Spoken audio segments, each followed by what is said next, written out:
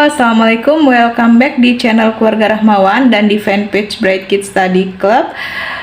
Alhamdulillah kita udah memasuki semester 2 ya, setelah liburan akhir tahun. Sekarang kita masuk semester 2 dengan semangat baru ya teman-teman. Saya mau bahas buku Bu Pena 4C, tema 6, cita-citaku ya. Kita mulai dari halaman 4 ya. Halaman 4 ini ayo berlatih yang pertama ya. Ini tentang puisi. Jadi di atasnya ini ada materi tentang puisi, lalu kita menjawab pertanyaan yang ada di sini, oke? Di sini juga ada puisi tentang cita-cita ya. Pikiranku melayang ke suatu masa, aku pun bertanya-tanya mau jadi apa aku saat dewasa. Tiba-tiba aku berpikir tentang cita-cita. Nanti aku mau menjadi seperti apa? Pilihanku jatuh kepada pembaca berita. Oke, kita kerjakan, ayo berlatihnya ya. Nomor 1, apa yang kamu ketahui tentang puisi? Oke, sini saya udah jawab ya.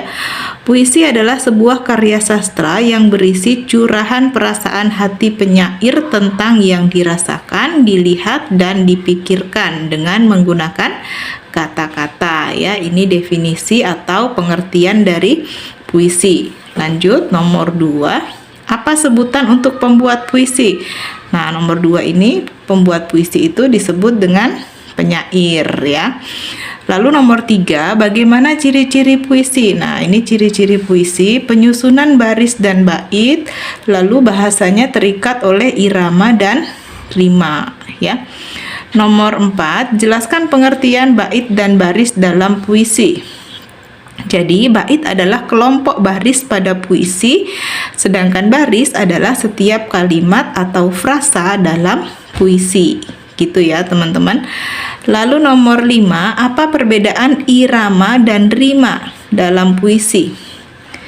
Irama adalah keselarasan bunyi pada puisi yang dibentuk oleh pergantian tekanan kata, sedangkan rima adalah persamaan bunyi yang ada dalam baris-baris puisi. Jawaban ini ada di sini teman-teman ya.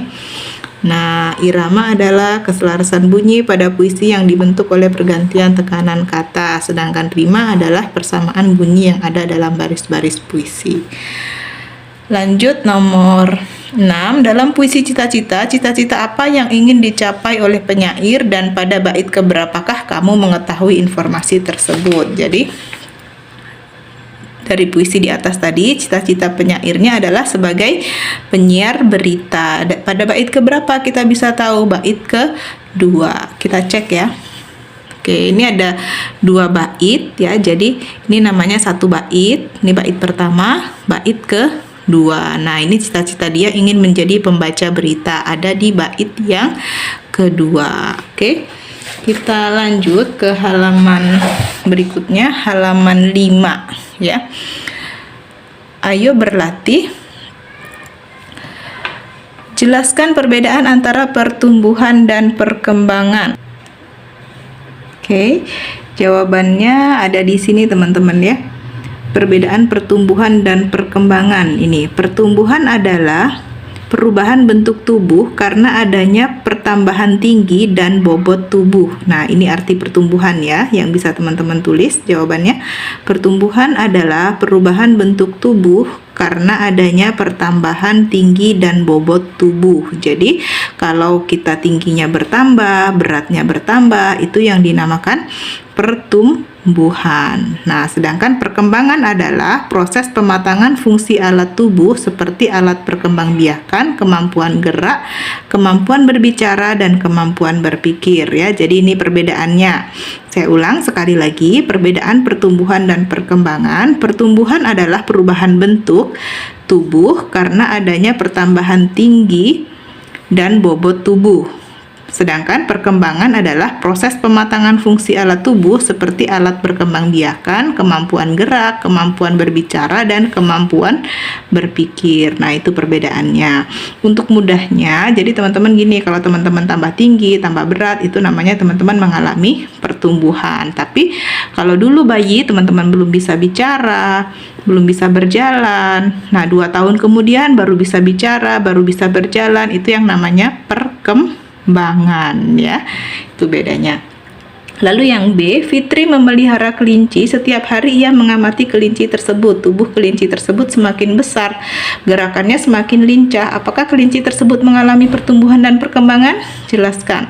Ya, karena di sini disebutkan semakin besar, berarti iya, kelinci itu mengalami pertumbuhan. Nah, karena di sini disebut gerakannya semakin lincah, berarti juga iya, kelinci itu mengalami perkembangan, ya.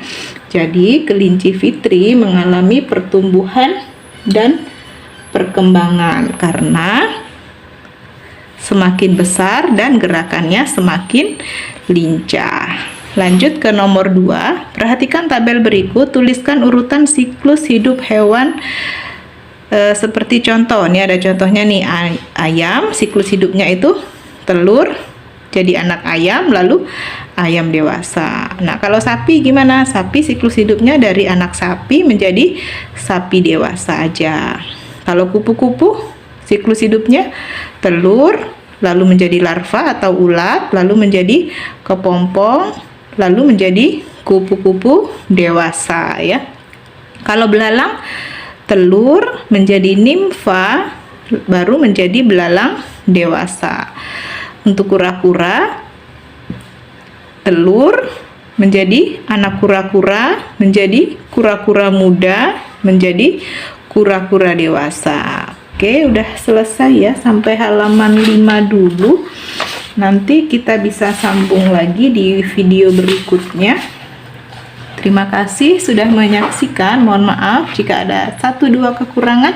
Semoga bisa membantu teman-teman mengerjakan PR-PR dari sekolah. Thank you for watching. Bye-bye.